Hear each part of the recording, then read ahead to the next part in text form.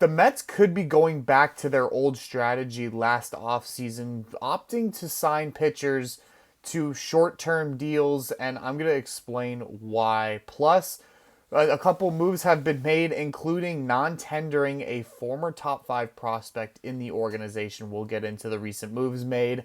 What is going on, everybody? Welcome to this morning edition of Mets Digest with your host, Michael DeAngelo. As you see on the screen, hope everyone is going to have a happy Thanksgiving. And before I get started, make sure you guys subscribe down below. We are a little under 2.8K subscribers. I'm hoping to get to 3K by the end of the year. I'm pretty sure that would be an easy goal for us to do. The views and the subscribers have taken off, so just want to thank you guys. If you guys have been telling your friends and family to subscribe right here, we really appreciate it. Me and Flo Boys have been on top of every report, every news article, anything Mets related, we have covered here on this channel. So make sure you guys subscribe because this is your one-stop shop for all things Mets baseball. Now, let's get into it. Athletic posted an article recently about the possibility of David Stearns going back to, signing pitchers to short-term deals. We saw success with it last season with Sean Manaea and Luis Severino possibly being the best two pitchers on the staff and having the most successful years. Now, this could be part for a couple of reasons. The biggest reason of them all being that if the Mets were to go out and get a guy like Juan Soto for what's going to be a pretty big price tag, and if you guys want the recent Juan Soto rumors and a recent update when it comes to the Mets' pursuit of him, make sure you guys go check out our last video. Flobo killed it as always. But if they were to snag a guy like that, that would be Steve Cohen would really have to think about balancing out his money when it comes to other areas of the team. And we know pitching is a big priority for this team this offseason. And we've looked at guys already like Corbin Burnes and Max Fried and possibly re-signing Sean Manaea to a longer deal. But when you get a guy like Juan Soto, you're gonna have to cut some cost in some other areas. We already saw it now with their non-tenders, as we will get into that later.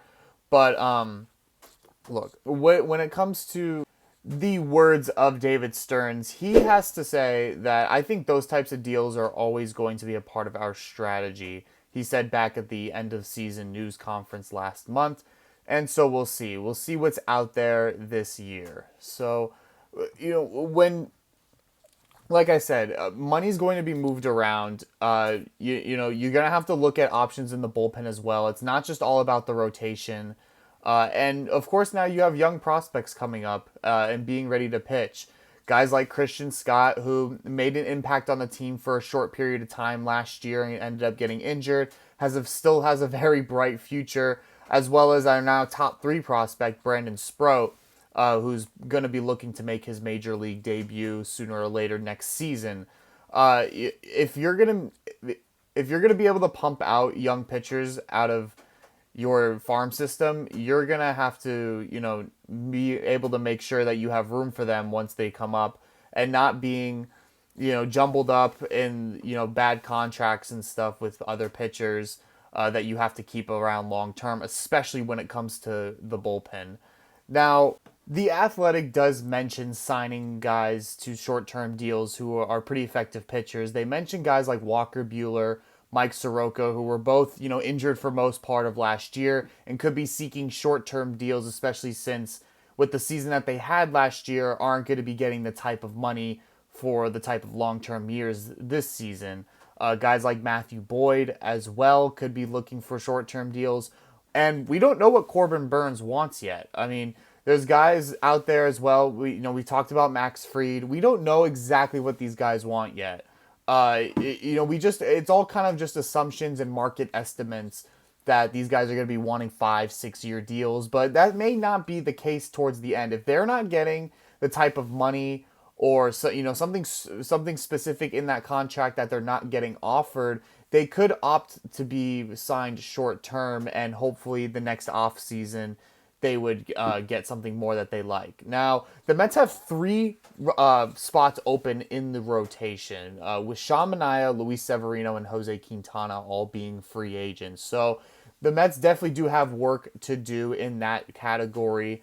But David Stearns has been, said in that last end of season news conference that it's always nice to have a horse or an ace, what some people like to call it, uh, at the head of their rotation. And with guys, with guys like Kodai Senga still around, he has an opt out coming after the 2025 season. So that could kind of feed into wanting to look for guys who are in that prime age or in that prime skill level that you can sign long term and spend some big money on, because you never know what could happen to a guy like that in the off season. So the end of his contract is coming up pretty soon, and you got to hope to be able to fill that with signings that you've made this season.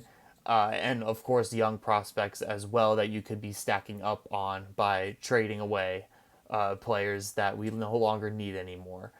Now, another guy that I could be looking at to sign back short term, as well as the Mets probably are, is Sean Manaea, who had the best, possibly the best season of his career last year. And, he is at 32 years of age. He's going to be looking for a contract probably around 3 to 4 years. That's going to let him be secured with money until, he's around 36 years old, which is going to be pretty much the end of his career. But if he's willing to take another short-term deal without maybe any opt-outs this time around, Sean Manaea could easily be a candidate to rejoin the Mets rotation. Like I said, they have 3 open spots, and I know I see that ERA at 3.47. I know you do too, but everybody knows the heroics that he just had in the regular season, especially towards the second half, as well as the playoffs.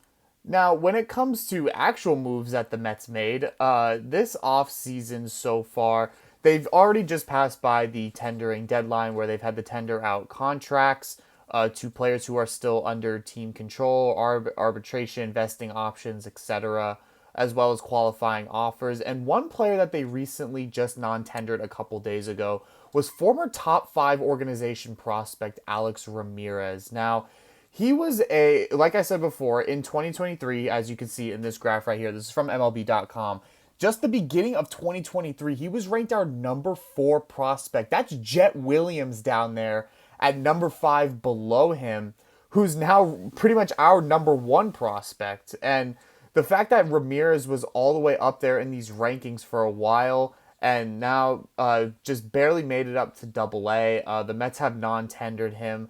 My reason thinking being that with Drew Gilbert and Ryan Clifford, on their way up, already in Triple-A, the Mets have some pretty enticing outfielder prospects already that are making pretty big strides quickly. Carson Benj as well, who was our first round pick in last year's draft, is in our top 5 prospects as well.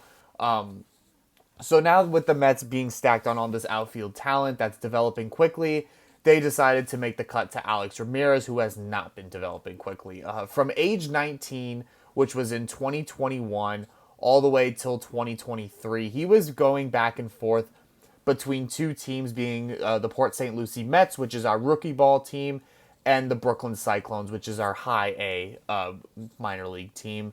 And then just this past season, he finally made it up to Double-A, where he played around 123 games and hit at a 210 batting average with a 590 OPS. So not too good. And, with that slow developing, with him not developing quick enough as the other outfielder prospects, they decided to make the cut to him this year. You're going to have to make those types of cuts, especially when you're going to have to go out and pay guys like Juan Soto and Corbin Burns, when these prospects down here are going to be wanting their money as well.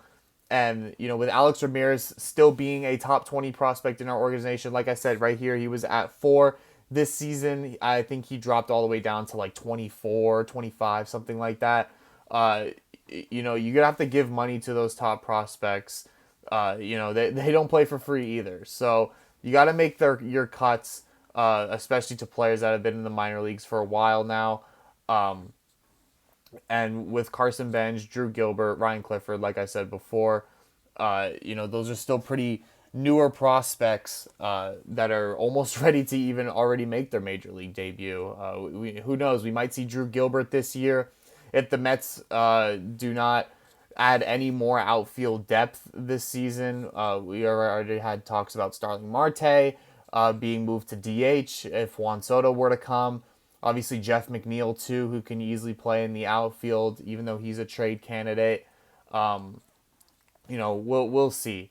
But otherwise, from that, the other move that we want to talk about is finally a bullpen option. Now, it is not, the most ideal move possible, but the Mets did re-sign Sean Reed Foley to a 1-year contract. Now, he's been dealing with some pretty bad injuries over the last couple of seasons and hasn't really had a full run with the Mets so far as he's been here. But last year he appeared in 23 games and had a 1.66 ERA. He really flew under the radar, especially with the fans, of how well he performed last year. He's only 29 years old, so he's still in prime age years. And the Mets were able to re-sign him to a 1-year deal. I like it. You need depth in that bullpen as well. This guy is not coming out in the 8th inning, in the 7th inning to set up Edwin Diaz. I can tell you guys that right now. This is a guy that's going to come in when the starter can only go like 4 innings, 3 innings, or just had a bad start in general. So